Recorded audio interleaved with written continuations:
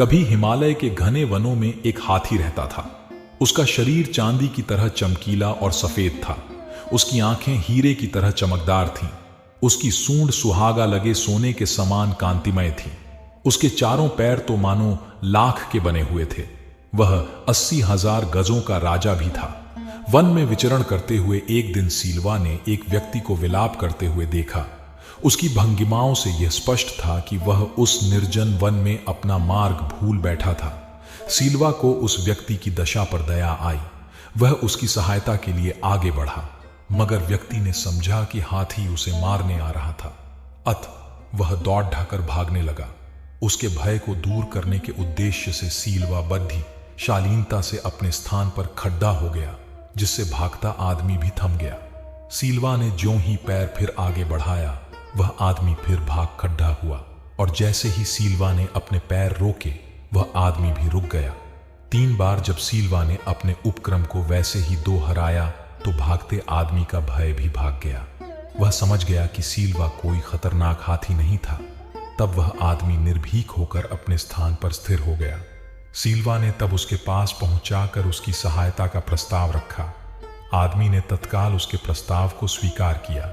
सीलवा ने उसे तब अपनी सूंड के उठाकर पीठ पर बिठा लिया और अपने निवास स्थान पर ले जाकर नाना प्रकार के फलों से उसकी आवभगत की। अंततः जब उस आदमी की भूख प्यास का निवारण हो गया तो सीलवा ने उसे पुनः अपनी पीठ पर बिठाकर उस निर्जन वन के बाहर उसकी बस्ती के करीब लाकर छोड़ ही दिया। वह आदमी लोभी और कृतघ्न था। तत्काल ही वह एक शहर के बाजार में एक बड्ढे व्यापारी से हाथी दांत का सौदा कराया। कुछ ही दिनों में वह आरी आदि औजार और रास्ते के लिए समुचित भोजन का प्रबंध कर सीलवा के निवास स्थान को प्रस्थान कर गया। जब वह व्यक्ति से सीलवा के सामने पहुंचा तो सीलवा ने उससे उसके पुनरागमन का उद्देश्य पूछा।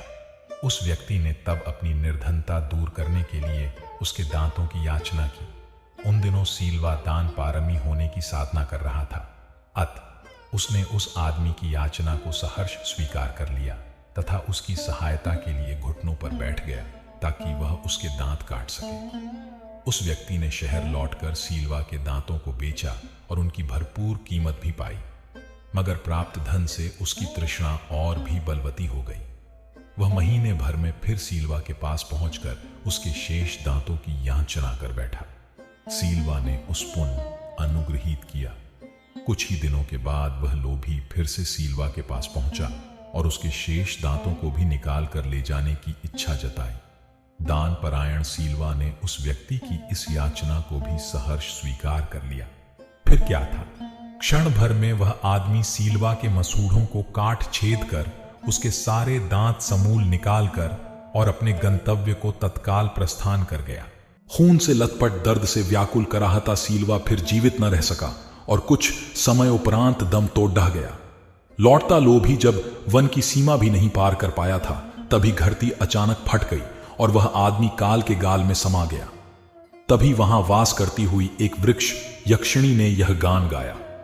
मांगती है तृष्णा और मिटा नहीं सकता जिसकी भूख को सारा संसार।